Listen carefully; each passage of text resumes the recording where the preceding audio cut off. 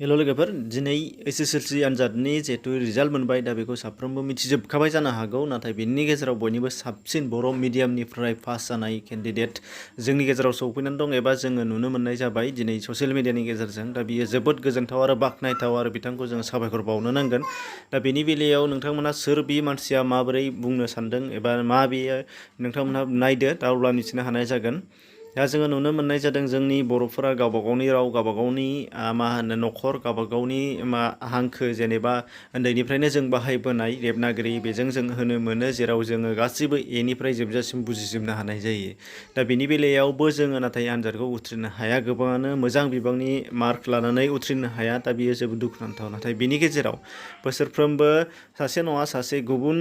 बर' नङै सुबुंफोरनिफ्राय बेबायदि पास जानायनि रिपर्टआ ओंखारबोबाय थायो दिनैबो बे सासे नाथाय बे गेजेराव सिगाङाव बुंनानै होनो नागिरदों मिडियामा जेबो मोनसे हारि एबा गुबुन मा होनो रावनि बेलायाव दिपेन्ड खालामा बेयो जोंगौ थिगैनो दङ जायखिजाया मानसियानो जायखिजाया मिडियामाव फरायनो हायो आरो फरायनाया गावबा गावनि सायावसो नाथाय अब्लाबो नोंथांमोननि गेजेराव बेखौ मिथिगौबाबो थुलुंगानायनि थाखाय बे मानसि एबा बे मोनसे सासे गेदेमाखौ जोङो दिन्थिनो लानाय जादों आरो नोंथांमोनाबो जाहाथे बेखौ थुलुंगानायनि थाखाय बयनिबो सिगाङाव फोरमायनानै होयो आरो जोंनि फरायसाफ्रा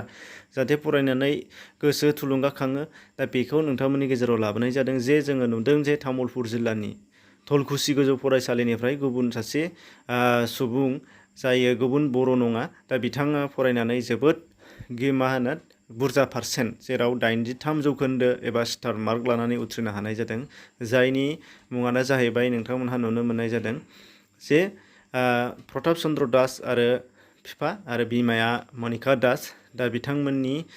सासे अनसुलि फिसाजो बिथाङा पास जानो हानाय जादों बिथांनि मुङानो जाहैबाय नोंथांमोनहा नुदों रिम्फि दास बे रिम्फि दास बिथांखौ जोङो बरायना लानांगोन जोंनिफ्राय आरो जोङो बिथांखौ साबायखर बावनो नांगोन साफ्रोमबो जाहाथे थुलुंगानाय मोननाय जायो आरो बेबायदि जाहाथे गुबुन गुबुन हारिनि सुबुंफोराबो जोंनिखौ अनसायनानै लायो जाहाथे बेखायनो मा होनो बिथांमोनखौ साबायखर बावनो नांगोन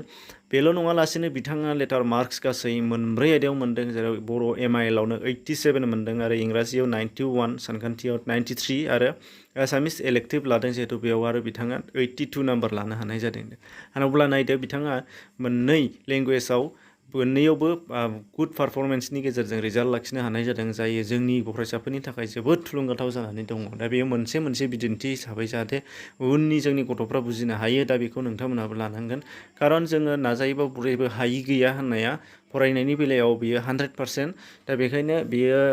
बिथांमोनहा बेफोर बाथ्राफोरखौ फोरमान खालामगासिनो दङ नोंथांमोनहाबो बेखौ शेयार खालामनानै होनांगोन गावबा गावनि रावजों गावबा गावनि गथ'खौ गावबा गावनि लोगोखौ गावबा गावनि बिदा फंबायफोरखौ आरो ससियेल मिडियानि थ्रुयैबो बेफोरखौ जोङो माने स्प्रेड खालामना होनांगोन जाहाथे बयबो मिथिनो हानाय जायो दा बेखिनि एसेनोसै गोजोन्थों